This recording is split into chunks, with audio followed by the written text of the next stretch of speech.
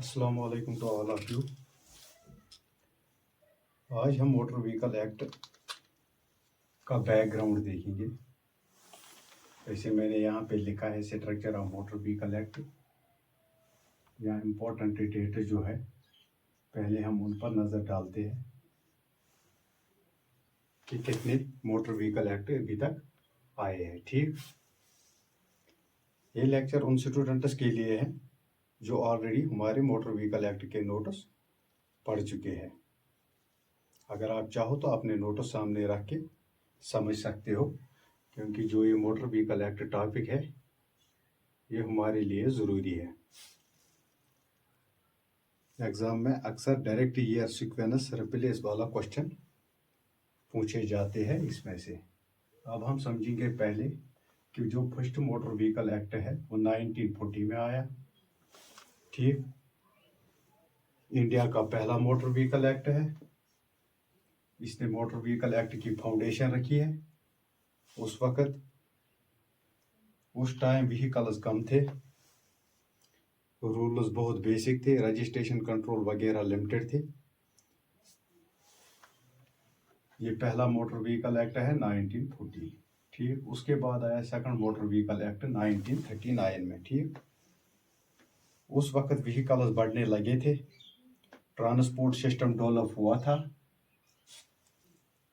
इसीलिए 1914 act insufficient हो गया। ये दूसरा। फिर थर्ड आया मोटर व्हीकल एक्ट 1988 में, जो इस वक्त हमारे पास प्रेजेंट है। ठीक,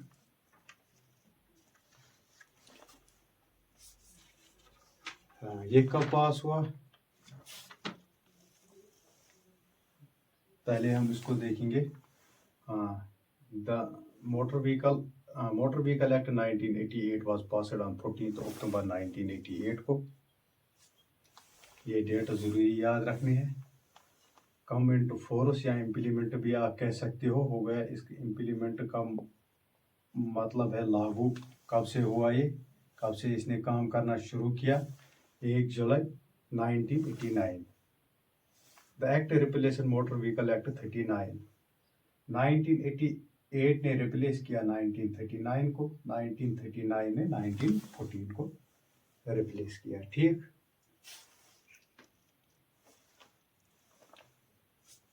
हाँ, यहाँ पे हम समझेंगे पास होने का मतलब है, जो ये पास होने का मतलब है कि लॉ बन गया है लेकिन अभी लागू नहीं हुआ। इम्प्लीमेंट होने का मतलब है कि इसने अब ये काम करना शुरू कर दिया, तब से ये लागू है 1 जुलाई 1989 को। ठीक, हाँ, अब हम समझेंगे कि पॉइंट नंबर 4, जो मोटर व्हीकल एक्ट 1989 है, इसमें लेटेस्ट जो अमेंडमेंट हुआ है वो 2019 में हुआ है। अब हमें ये पीछे वाले नहीं पढ़ने हैं, जो इस वक्त हमारे पास प्रेजेंट है, हमें उसी में से क्वेश्चंस पूछे जाएंगे। अब हम देखेंगे जो ये मोटर व्हीकल अमेंडमेंट एक्ट 2019 हुआ है। बिल इंट्रोड्यूस्ड इन लोकसभा 15 जुलाई 2019 को बिल हुई है पेश लोकसभा में। ठीक, इन्फोर्समेंट या इम्प्लीमेंट हुआ है 1 सितंबर 2019 को इसने लागू हुआ है, जैसे हमने यहाँ पे समझा कि फोर्स में आने का मतलब क्या है, इसके ऑब्जेक्टिव्स क्या थे, मतलब क्या था, इसको क्यों ये संशोधन करना पड़ा। अमेंडमेंट का मतलब है संशोधन करना, कुछ तब्दीलियां लाना।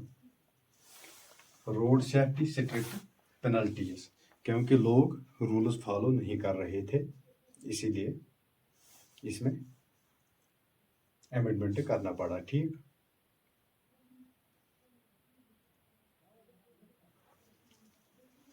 हाँ, ठीक हो गया यहाँ तक। टोटल चैप्टर्स है मोटर व्हीकल एक्ट में 14। अब हम इसका स्ट्रक्चर समझेंगे कि मोटर व्हीकल एक्ट क्या है। हाँ, पहले हम समझेंगे ये कि इसको क्यों, इसका मेन ऑब्जेक्टिव्स क्या थे, ये हम यहाँ पे लिखेंगे।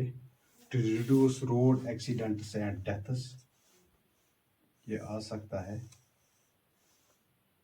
चलो यहाँ पे मैं ऊपर लिख देता हूँ। ठीक, अगर किसी को लिखना है तो वो लिख सकता है कि यहाँ पे नहीं आएगा। इसके कुछ मेन पॉइंट्स है, ऑब्जेक्टिव्स क्या है इसके, कभी कभी पूछ भी सकता है। यहाँ पे हम लिखेंगे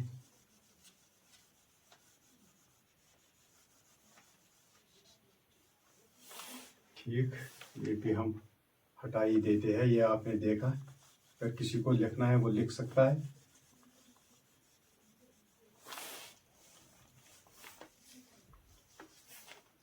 ऑब्जेक्टिव्स क्या कहते हैं इसके, ठीक। फर्स्ट है क्या हो गया, टू रिड्यूस रोड एक्सीडेंट्स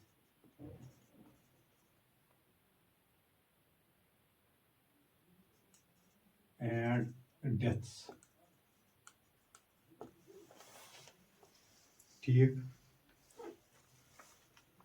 लोग रूल्स फॉलो नहीं कर रहे हैं, to improve road safety for common people. ठीक, दूसरा पॉइंट है to bring transparency and use technology.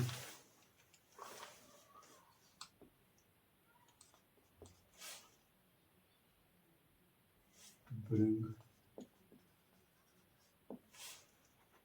Transparency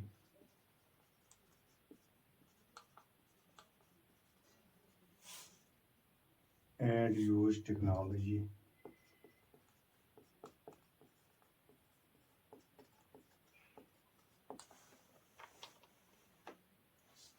For example, to bring transparency and ये इसका मतलब है, फॉर एग्जांपल जैसे आप देखते हो कि इलेक्ट्रॉनिक चालानस हुए हैं जिसको हम ई चालानस बोलते हैं,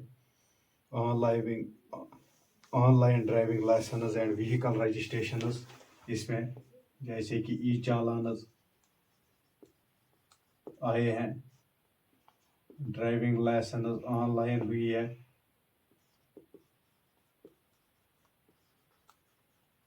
इससे क्या हो गया कि ट्रांसपेरेंसी आई है। वैसे तो अगर हम पहले ही बात करते थे, कोई ऐसे ही चालान देता था, रिश्वत लेते थे, इसका ये मेन फोकस था कि ट्रांसपेरेंसी आनी चाहिए ARTO दफ्तर में। ठीक, तीसरा है to ensure faster help to accident victims.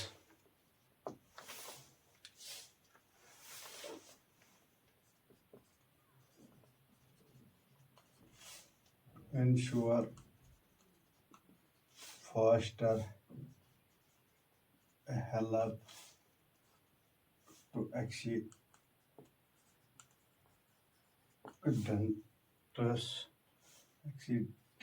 victims।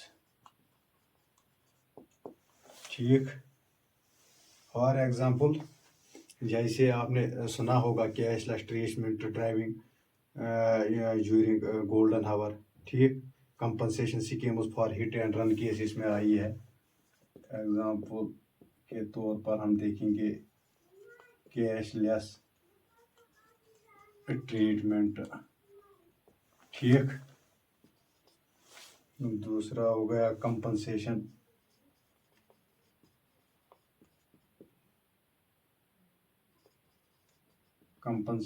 In heat and run case.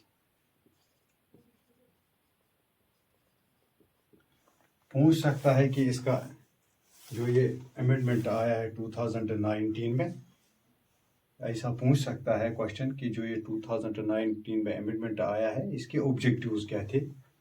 इसीलिए थोड़ा बहुत इस पे भी नज़र रखना ज़रूरी है कि इसके मेन ऑब्जेक्टिव्स क्या थे। ठीक, अगर ऐसे पूछा जाएगा कि मेन फोकस किस पे था, वो था रोड सेफ्टी पे। अगर वैसे पूछा जाए कभी स्टेटमेंट की तरफ कि क्या क्या था, तो ऐसे थोड़ा बहुत याद रखो। ठीक, अब हम आते हैं, अमेंडमेंट हमने देखा, ये भी हमने देखा। हाँ, टोटल चैप्टर्स है 14। ठीक,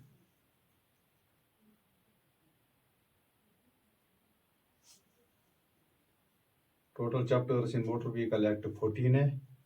सेक्शन 1 to 217 है। ठीक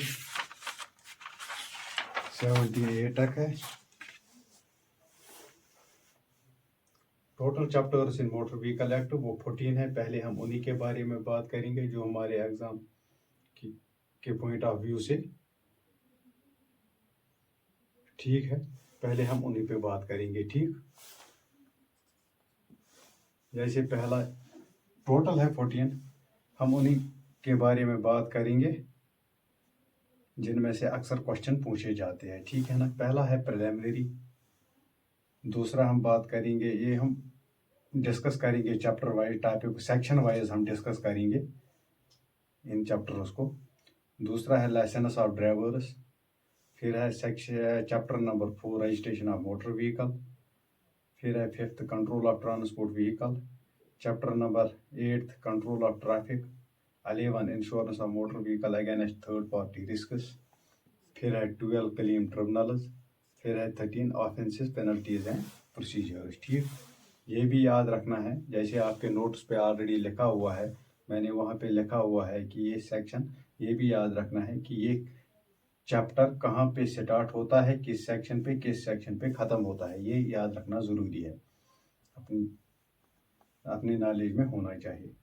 ये 1 से 2B तक स्टार्ट होता है, ये सेक्शन है, सेक्शन 1 से सेक्शन 2B तक, फिर वहाँ से सेक्शन 3 सेक्शन 28 तक लाइसेंस ऑफ ड्राइवर्स, ये भी ज़रूरी याद रखने हैं। यहाँ पे मैंने लिख के रखा है, आपके नोट्स में ऑलरेडी लिखे हुए हैं। ठीक, हाँ, उसके बाद सेक्शंस कितने हैं टोटल, 1 to 217 ए तक। ठीक, अगर हम सब सेक्शन मिला के देखेंगे, सब सेक्शंस, तो लगभग 320 बनते हैं। ठीक है, शेड्यूल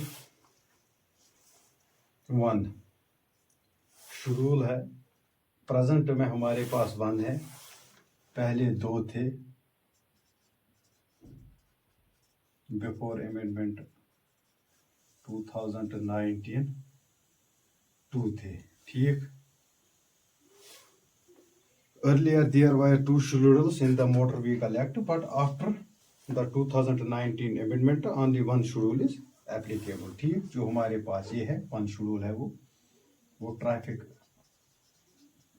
साइंस के बारे में बात करता है, सेक्शन 116 एंड सेक्शन 119। ठीक, जब हम वहाँ पूछेंगे सेक्शन 116 पे, वहाँ हमें पता चलेगा कि ये किसके बारे में बात कर रहा है और क्या। शेड्यूल का मतलब क्या है, शेड्यूल में जनरली फॉर्म्स, टेक्निकल डिटेल्स और एडिशनल इंफॉर्मेशन दी जाती है जो एक्ट को इम्प्लीमेंट करने में हेल्प करता है। ठीक,